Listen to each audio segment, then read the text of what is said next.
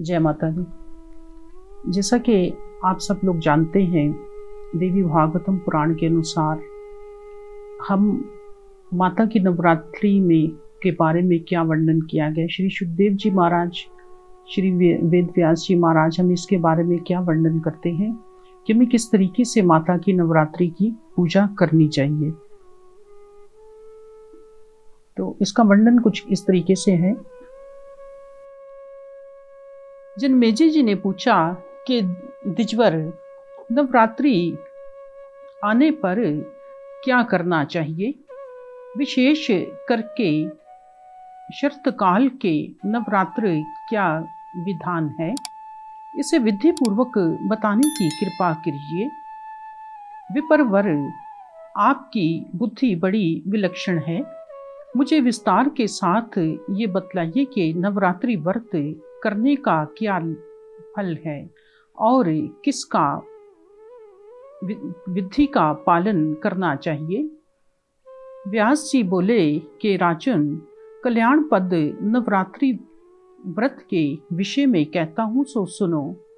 शरतकाल के नवरात्रि में जैसे विशेष रूप से विधि पूर्वक भगवती की उपासना करनी चाहिए, वैसे ही वसंत रुत के नवरात्रों में भी प्रेम पूर्वक पूजा करनी चाहिए।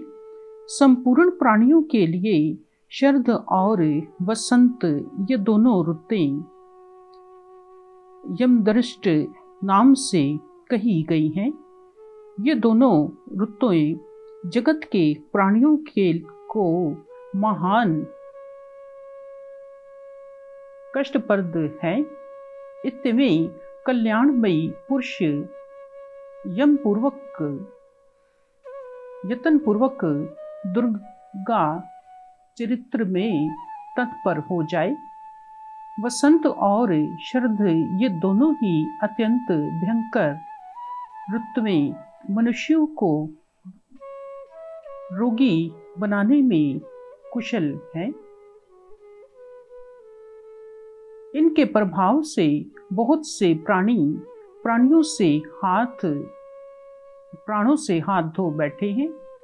इतमें इन ऋतुओं के आने पर पंडित जन को चाहिए कि भगवती चंडी की आराधना में संलग्न हो जाएं। राजन, चैत्र और अश्विनी के पवित्र महीनों में भक्ति पूर्वक ये पूजा करनी चाहिए। अमावस्या के दिन ही उत्तम सामग्री एकत्र कर लेनी चाहिए। उस दिन ही बार हविष्यन का भोजन करे। किसी समतलक भूमि पर मंडप बनावे। मंडप 16 हाथ के विस्तार में बनना चाहिए। खंभों और ध्वजाओं से मंडप को सजाया जाए। सफेद मिट्टी और गोबर से उसे लिपवा दे। तदंतर मंडप के मध्य में एक सव्यच्छ समतल वेदी बनानी चाहिए। वो वेदी 4 हाथ लंबी चौड़ी और 1 हाथ ऊंची हो। भगवती को पधारने के लिए वही उत्तम आसन होता है। सुंदर बनवार और चांदी से उसे सुशोभित करे। उसी रात ब्राह्मणों को आमंत्रण करे। वो ब्राह्मण देवी के रहस्य को भली भांति जानने वाले, सदाचारी, संयमशील तथा वेदांग के प्रागामी होने चाहिए। प्रतिपदा के दिन प्रातःकाल समुद्र, नदी, सरोवर, बावली, कुएं अथवा घर पर ही सविधि स्नान करे। प्रतिदिन के प्रातःकाल के जो नियम हैं उन्हें पहले कर ले। इसके पश्चात ब्राह्मणों का वर्ण करे। पाद आधर्य और आचमनीय से ब्राह्मणों की पूजा होनी चाहिए। अपनी शक्ति के अनुसार वरुण में वस्त्र और आभूषण आदि अर्पण करे। घर में संपत्ति हो तो कृपणता करना अनुचित है। संतुष्ट ब्राह्मणों द्वारा ही सम्यक प्रकार से कार्य परिपूर्ण हो सकता है। देवी का पाठ करने के लिए ब्राह्मणों के विषय में कहा गया है कि 9, 5 या 3 अथवा एक ही ब्राह्मण वर्णन करे, किंतु वो ब्राह्मण शांतिपूर्वक पारायण करने वाला हो। वैदिक विधि से स्वास्थ्य वाचन करना चाहिए। वेदी पर रेशमी वस्त्र आच्छादित सिंहासन स्थापित करे। उस पर भगवती जगदम्बा की प्रतिमा पधराए।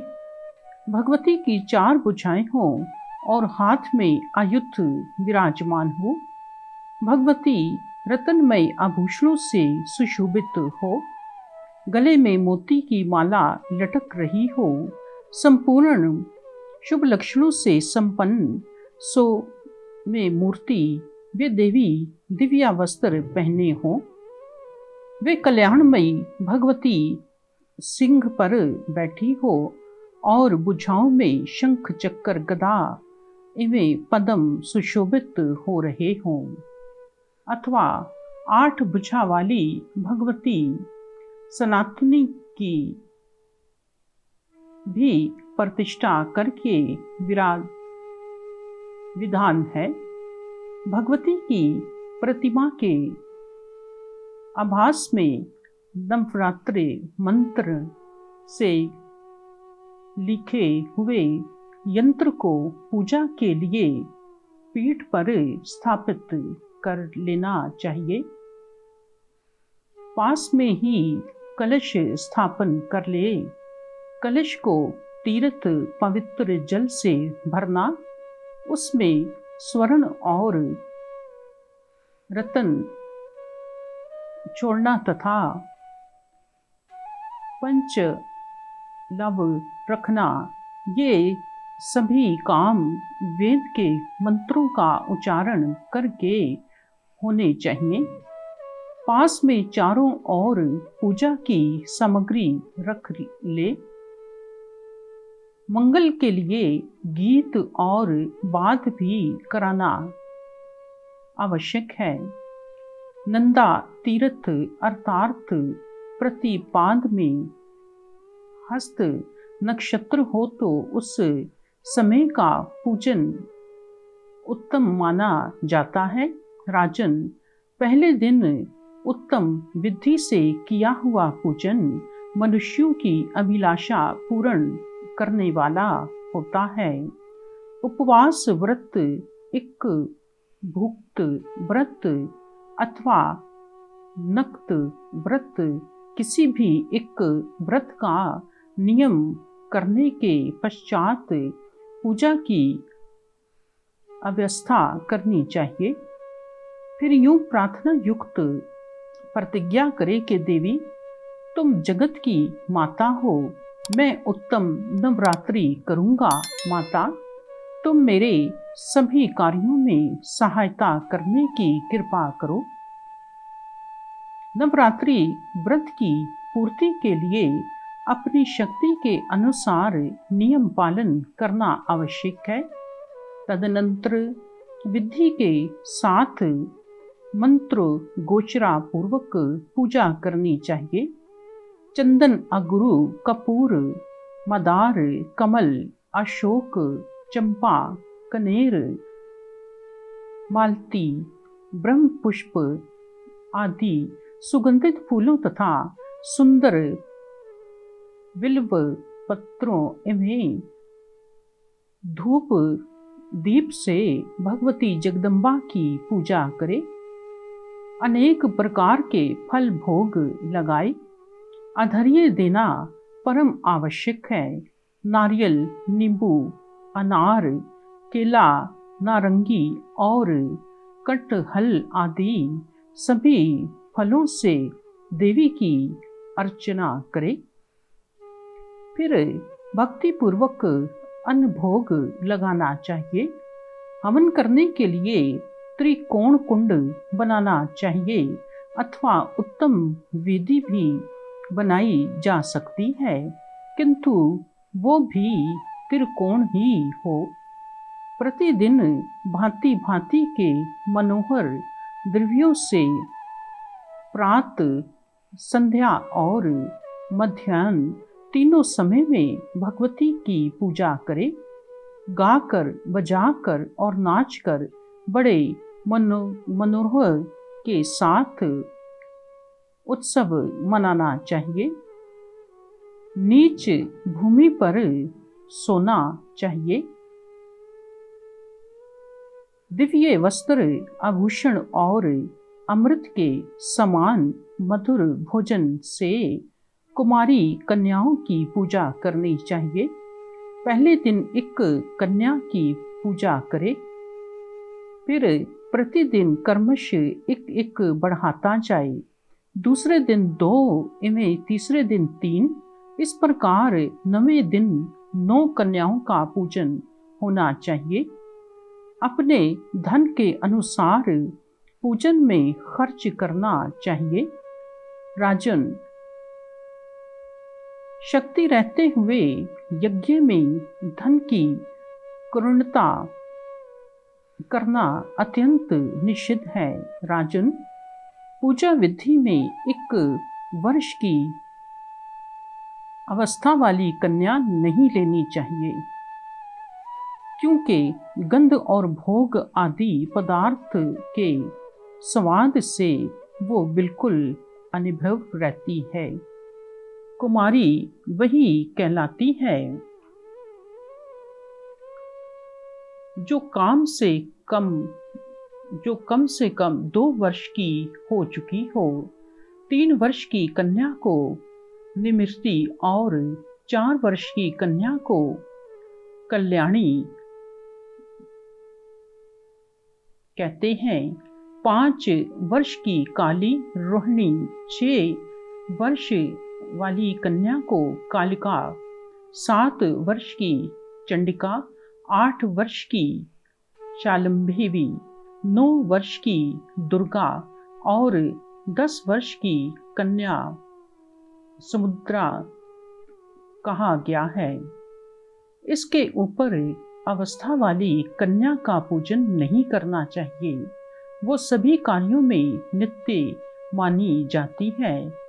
कहीं नाम से विधि पूर्वक पूजन करे। उन 9 कन्याओं के पूजन का कुछ भी बतलाया है। दुख और दारिद्र्य का के शमन के लिए कुमारी की पूजा करनी चाहिए। इस पूजन से शत्रु का शमन और धन, आयु एवं बल की वृद्धि होती है।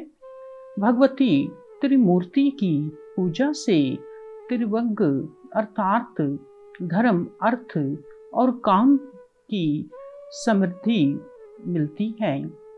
साथ ही धन धान्य का आगमन एवं पुत्र पौत्रों का संवर्धन भी होता है। जिस राजा को विद्या, विजय एवं सुख पाने की अभिलाषा हो, वो संपूर्ण कामना पूर्ण करने वाली भगवती कल्याणी की निरंतर पूजा करे। शत्रु का शमन करने के लिए भगवती कालिका भी की भक्ति पूर्वक आराधना करनी चाहिए। भगवती चंडिका की पूजा से ईश्वरीय एवं धन की पूर्ति होती है। राजन, किसी को मोहित करने, दुख दरिद्र को मिटाने तथा संग्राम में विजय पाने के लिए भगवती शंभवी की पूजा करनी चाहिए। किसी कठिन कार्य को सिद्ध करते समय अथवा यदि दुष्ट शत्रु का संहार करना हो तो भगवती दुर्गा की पूजन करनी चाहिए। इनकी भक्ति पूर्वक पूजन करने से पारलौकिक सुख भी सुलभ हो जाते हैं। मनोरथ की सफलता के लिए भगवती सुमित्रा की सदा उपासना करनी चाहिए। मानव रोग नाशक के लिए रोहिणी की निरंतर पूजा करनी चाहिए। शक्ति भक्ति भाव से संपन्न होकर श्रीधास्तु या श्रीयुक्त मंत्र अथवा बीज मंत्र से पूजा करने का विधान है। मंत्र अर्थ इस प्रकार है कि जो रुद्र के तत्वों एवं ब्रह्म आदि देवताओं की भी लीला पूर्वक रचना करती है, उन कुमारी देवी की मैं पूजा करता हूँ, जो सत्व यदि आदि तीनों गुणों से तीन रूप धारण करती हैं, जिनके अनेकों रूप हैं तथा जो तीनों कालों में व्याप्त हैं, उन भगवती त्रिमूर्ति की मैं पूजा करता हूँ।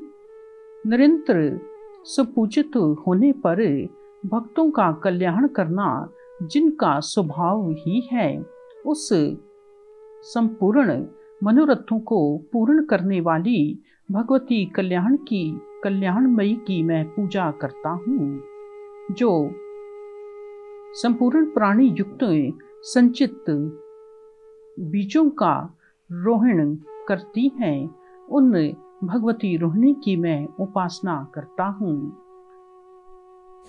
सब बोलो दुर्गेश्वरी माते की जय। जैसा कि आपने भी सुना कि देवी भागवतम पुराण के अनुसार माता भगवती की पूजा करने के लिए जो हमें देवी भागवतम पुराण में बताया गया है कि पहले दिन एक कन्या, दूसरे दिन दो कन्या और तीसरे दिन 3 कन्या, इसी तरह 9 दिनों में 9 कन्याओं की हम पूजा करते हैं। आपने इसमें विधि पूर्वक सुना कि एक एक कन्या के बारे में कि एक एक कन्या की पूजा करने से हमें क्या लाभ होता है। हमारा सनातन धर्म ये कहता है कि जब भी हम किसी कन्या की पूजा करें या कहीं पर भी कन्या मिले तो हमें उसको देवी समान मानना चाहिए, क्योंकि अगर हम ऐसा करते हैं तो हमारे कष्टों का दल जो होता है वो माता भगवती ही करती है। माता भगवती की पूजा तो भगवान श्री रामचंद्र जी ने भी की। अभी इसके बाद उसका भी वर्णन आएगा कि भगवान श्री रामचंद्र जी जो कि भगवान थे, उनको ऐसी पूजा करने की क्या आवश्यकता आन पड़ी। तो आप सबसे हाथ जोड़कर निवेदन है कि इस कथा को जो आप लोगों ने सुना समझा, आप लोग दूसरे लोगों तक भी शेयर करें ताकि दूसरे लोगों को भी ज्ञान का लाभ मिल सके। धन्यवाद जी आप सबका। जय माता पार्वती की जय।